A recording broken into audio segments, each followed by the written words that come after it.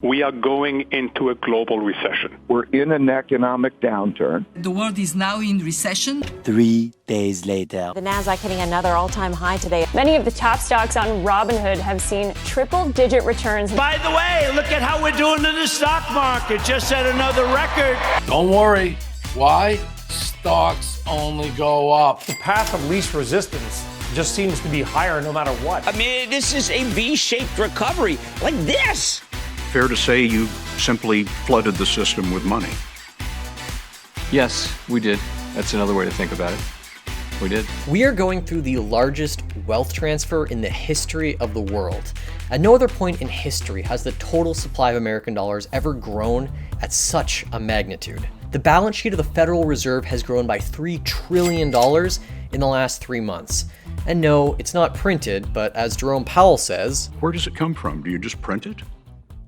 We print it digitally. So we as a central bank, we have the ability to create money digitally. And we do that by buying treasury bills or bonds or other government guaranteed securities. And that actually increases the money supply.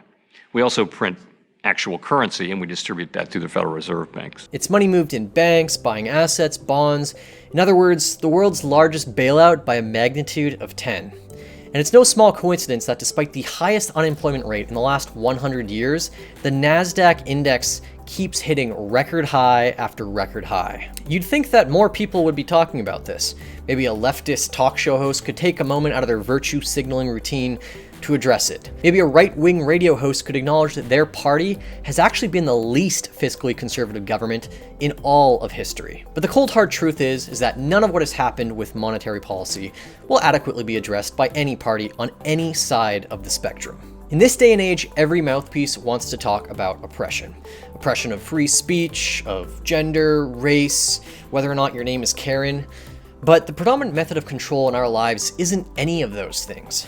The predominant method of control in all of our lives, and the way that it's always been, is capital. Only in the greatest country in the world can Jeff Bezos, the richest man to have ever lived, buy a newspaper in the Washington Post and take out an article where he chastises his own country for the colonialism and capitalism that has made his success and fortune all but inevitable.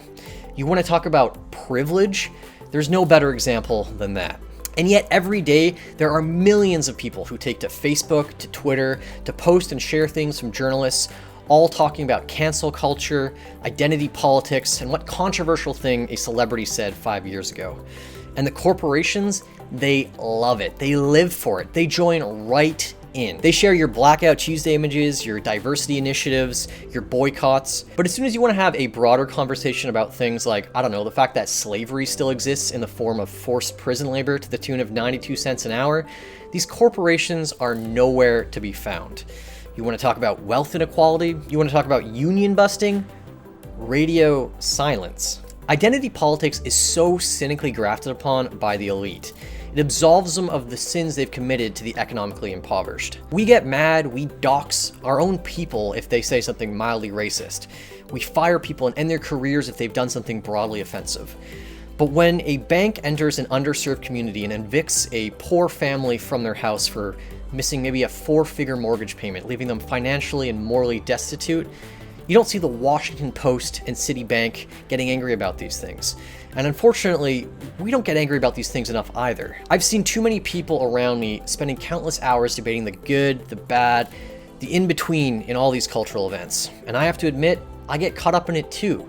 This endless cycle of cynicism. So instead of complaining about it, I want to do something different. I think there's a real opportunity, a new way to explain money to people. I want to build a toolkit. I have my own opinions about things political, economically, socially, and I want to share those opinions with you. But more important than that, I want to make content that challenges you to think differently about capital, finance, and money, and how it can change your life as an individual and the communities around you. Because the most valuable resource that anyone has is not this.